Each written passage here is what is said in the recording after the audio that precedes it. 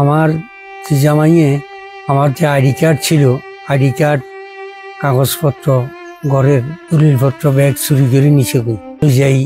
এখন সে জাল দলিল করছে। আমার জন্য সে কবর জাগও রাখে নাই।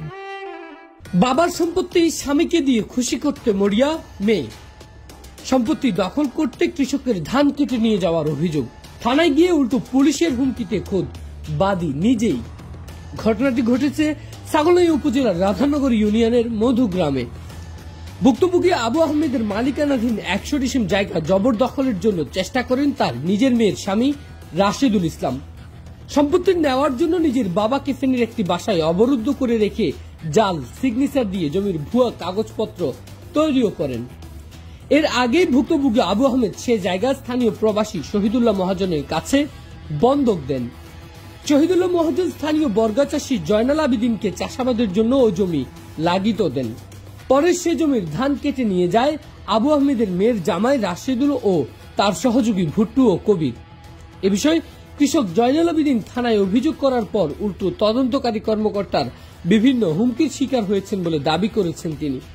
অভিযোগপত্রে তিনি একই এলাকার ওমান সালালা যুবলীগের সহসভাপতি উমর ফারুক, ভুট্টু, রাশেদুল ইসলাম, কবির আহমদ সহ আরো 10 থেকে 12 জনকে বিবাদী করেছেন। জয়নাল আবেদিন আমাদের কি বলেন? আর আমার অনেক মারধর করছে কবির আহমদে। আমার কোষাতে 20,000 টাকা ছিল, আমার এই টাকাও নিয়ে গেছে।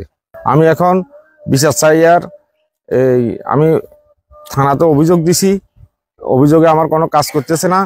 আমি আমার এই দানগুলার আমি বিচার চাই।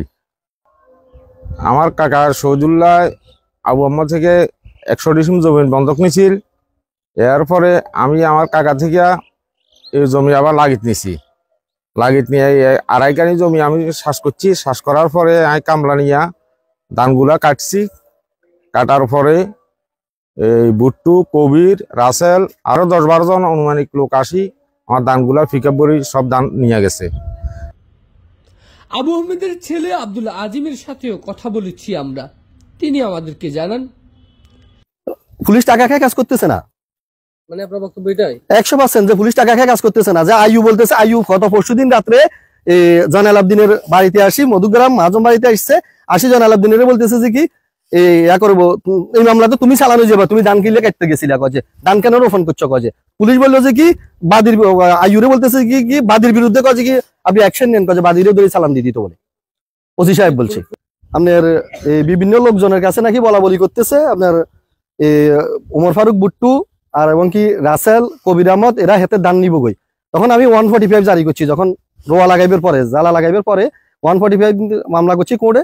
মামলা করার পর এখন দান হাইছে, দান জয়নাল আবেদিনে কাড়ি নিবেলাই প্রস্তুত লইছে, কাড়ি দাড়ি থুইছে দান নেওয়ার জন্য।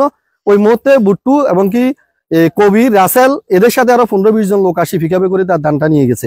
এর পরবর্তীতে আমি শোনার পরে জয়নাল আবেদিনের বলছি যে কি তুমি থানায় অভিযোগ করো, আমরা সন্ত্রাসী হামলা করা সম্ভব না।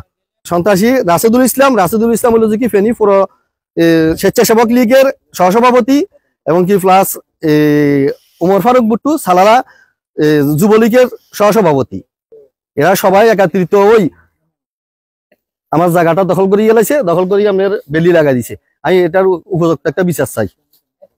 এ ব্যাপারে কি বলছেন প্রত্যক্ষদর্শীরা, চলুন শুনে আসি।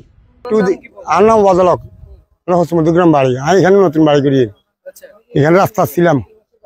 যখন দেখলাম আপনার এই মানুষ কতগুলো মানুষ নিয়ে আয় বাসিয়া দান্দার বদিলে হাঁসকা দি দান গান দায় কবিরা জাত পায় বাসিয়ারে ধরল তোমরা দেখছি। আর ধান লইয়ার গেছে ফিকাপ করে, এটাই দেখছি। হ্যাঁ, কারা নিয়ে গেছে ফিকাপ কেন নিয়ে গেছে কি দেখলাম। মানে বুট্টু মুট্টু একজন আসিল, আরো কয়েকজন আসিল, মানে আরো কিছু লোকজন দুম্বাই হাতের বদলে আরো দুম্বাইছে দেখলাম।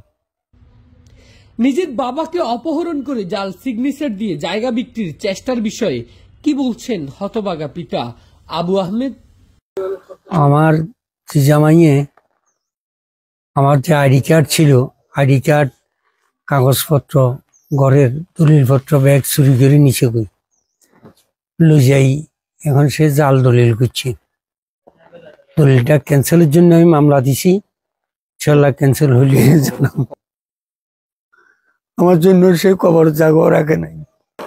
সব বেদখল করি এগুলারে হস্তান্তর করে ফেলছে। আমি এটা সুস্থ বিচার চাই। অভিযোগের বিষয়ে জানতে আমরা একাধিকবার যোগাযোগের চেষ্টা করেও ব্যর্থ হয়েছি নিশাতের সাথে। খুদে মেসেজ পাঠিয়েও পাইনি তার কোনো বার্তা। রক্ষকই ভক্ষকের দায়িত্ব পালন করছে, এমন প্রশ্নের উত্তরে ছাগলনাইয়া থানার ভারপ্রাপ্ত কর্মকর্তা ওসি মোহাম্মদ নজরুল ইসলাম বলেন, ওই জমি নিয়ে একাধিক অভিযোগ রয়েছে তাদের কাছে। আদালতের আদেশ মোতাবেক তদন্ত করে প্রতিবেদনও জমা দেওয়া হয়েছে। আমি তদন্তের বাহিরে কোনো কথাই বলতে চাই না। তারপরও যে কোনো পক্ষ আইন ভঙ্গ করে থাকলে বিষয়টি খতিয়ে দেখে প্রয়োজনীয় ব্যবস্থা নেওয়ার কথা বলেন তিনি।